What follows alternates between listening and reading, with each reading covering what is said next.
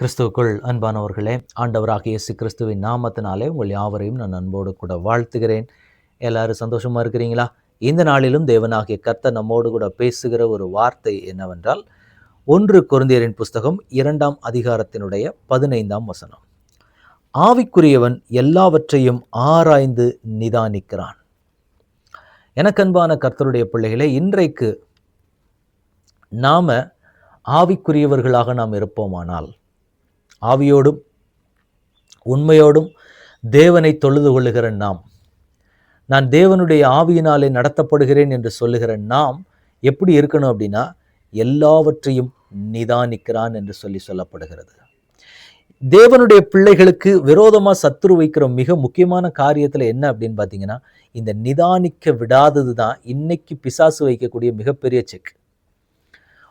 ஒவ்வொரு காரியத்தையும் நம்மளை நிதானிக்க விடாம வச்சிருக்கிறதே பிசாசனுடைய ஒரு மிகப்பெரிய தந்திரம் இன்னைக்கு. ஏன்னா நம்ம நிதானிச்சு ஒரு நிமிஷம் ஒரு காரியத்தை யோசிக்க ஆரம்பித்து விட்டால் இது என்னங்கிறத நம்ம புரிஞ்சுக்குவோம். ஆனா சத்ருவினுடைய ஒரு பெரிய பிளான் என்ன அப்படின்னா, நம்மளை எந்த விதத்துல நம்ம நிதானிக்க வைக்காம இருக்கணுமோ அதுக்கு எல்லா சூழ்நிலையும் உண்டு பண்ணும். அதுக்காக நமக்கு சில நேரங்கள்ல நம்ம மைண்டை வேற ஒரு பக்கம் டைவர்ட் பண்ணி விட்டான்னா நம்ம அதை நிதானிக்க மாட்டோம். இப்போ நீங்க ஒரு சூழ்நிலையில கடந்து போறீங்க அப்படின்னா, ஒரு ஆசீர்வாதம் வருது, ஒரு நன்மை வருதுன்னா, இதை ஆண்டவர் ஏன் எனக்கு கொடுக்க வேண்டும் அப்படின்னு அந்த இடத்துல நம்ம நிதானிச்சு யோசிக்க. ஏன்னா நம்ம அந்த இடத்துல நம்ம பண்ண மாட்டோம்.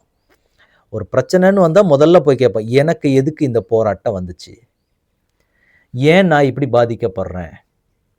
ஆனா அதே ஆசீர்வாதம் வரும்போது நமக்கு அந்த வார்த்தையே வராது. நாங்க எவ்வளவு ஜெபம் பண்ண தெரியுமோ அதுக்கு ஆண்டவர் செஞ்சாருன்றோம். ஆனா இதே காரியத்தை நம்ம வேற வழியா பார்த்தீங்க அப்படின்னா, ஆண்டவருடைய சமூகத்தில் போய் நின்று ஏதாவது ஒரு பிரச்சனை வந்துருச்சு அப்படின்னா, இது ஏன் எனக்கு வந்துச்சு. ஒவ்வொரு காரியத்தையும் நிதானிக்க வேண்டும். இது ஏன் அனுமதிக்கப்பட்டுச்சு, இந்த பாதையில தேவன் ஏன் கொண்டு போறாரு, இந்த பாதைக்கான முகாந்திரம் என்ன, இந்த பிரச்சனைக்கான விஷயங்கள் என்ன அப்படின்னு சொல்லி கொஞ்சம் ஒவ்வொரு காரியத்தையும் தேவனுடைய பிள்ளைகள் நிதானிக்கணும். இதைத்தான் தேவன் நம்ம கிட்ட எதிர்பார்க்கிறார். நீங்க நிதானிக்க ஆயத்தமா இருக்கிறீங்களா?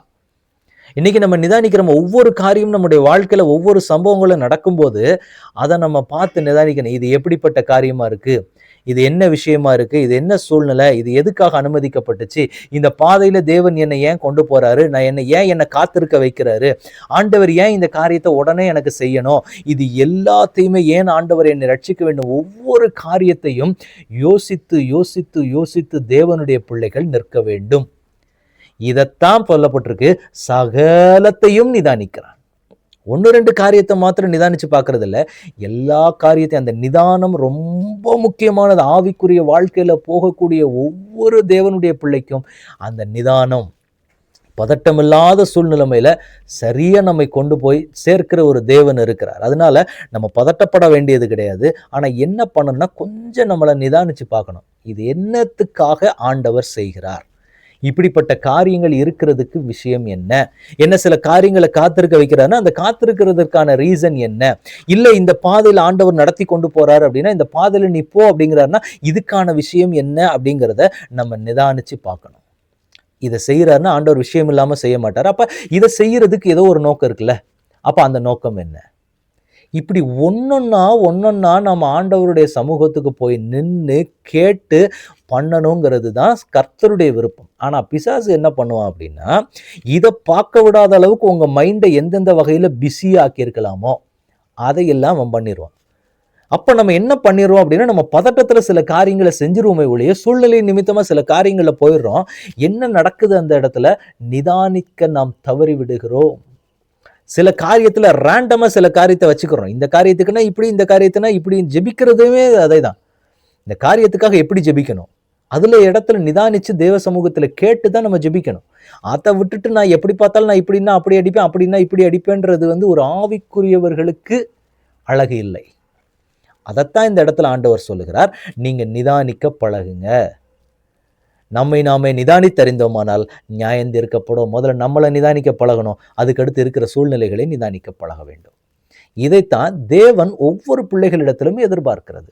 இன்னைக்கு ஆண்டவரே என்னை நிதானிக்க ஒப்பு கொடுக்கிறேன். அது எத்தனை சூழ்நிலைகளா இருக்கட்டும், பதட்டப்படுகிற காரியமா இருக்கட்டும், எப்படிப்பட்ட சூழ்நிலைகளாக இருந்தாலும் சரி, நம்ம செய்ய வேண்டியது, ஆண்டவரை இன்றைக்கு நான் நிதானிக்க ஒப்பு கொடுக்கிறேன், என்னை நிதானிக்கிற அந்த கிருபையை கொடுங்க. ஆவிக்குரியவன் சகலத்தையும் நிதானிக்கிறான். அதன்படியாக எனக்கு நிதானிக்கிற அந்த நிதானத்தை கொடுங்கப்பா. நான் எந்த விதத்திலையும் பதட்டப்பட்டோ பொறுமை இல்லாமலும் நான் போயிடக்கூடாது. எனக்கு அந்த நிதானத்தை கொடுங்கன்னு சொல்லி ஆண்டவரிடத்துல கேட்கலாமா? இப்போ நம்ம ஜெபிக்கலாமா? தகப்பனே, உம்முடைய கரத்தில் ஒப்பு கொடுக்கிறோம். நீர் சொன்ன வார்த்தையின்படி ஆவிக்குரியவன் சகலத்தையும் நிதானிக்கிறான் என்று சொன்ன வார்த்தையின்படி நாங்கள் எல்லாவற்றையும் நிதானித்து தெரிந்து கொள்ள என் தேவன் கொடுக்கக்கூடிய நல்ல கிருபைக்காக உமக்கு ஸ்தோத்திரம். அந்த வார்த்தைகளின்படியே கர்த்தர் எங்களை நடத்தி செல்லுங்க. உங்கள் கரத்தில் ஒப்பு கொடுக்கிறோம். அந்த நிதானிக்கிற கிருபையை கர்த்தர் எங்களுக்கு கொடுத்து வழிநடத்தும்படி உம்முடைய பாதத்தில் ஒப்பு கொடுக்கிறோம். ஆளுகை செய்யுங்க, வழி நடத்துங்க. இயேசு கிறிஸ்துவின் நாமத்தில் ஜெபம் கேளும் எங்கள் நல்ல பிதாவே. ஆமேன், ஆமேன், ஆமேன். God bless you.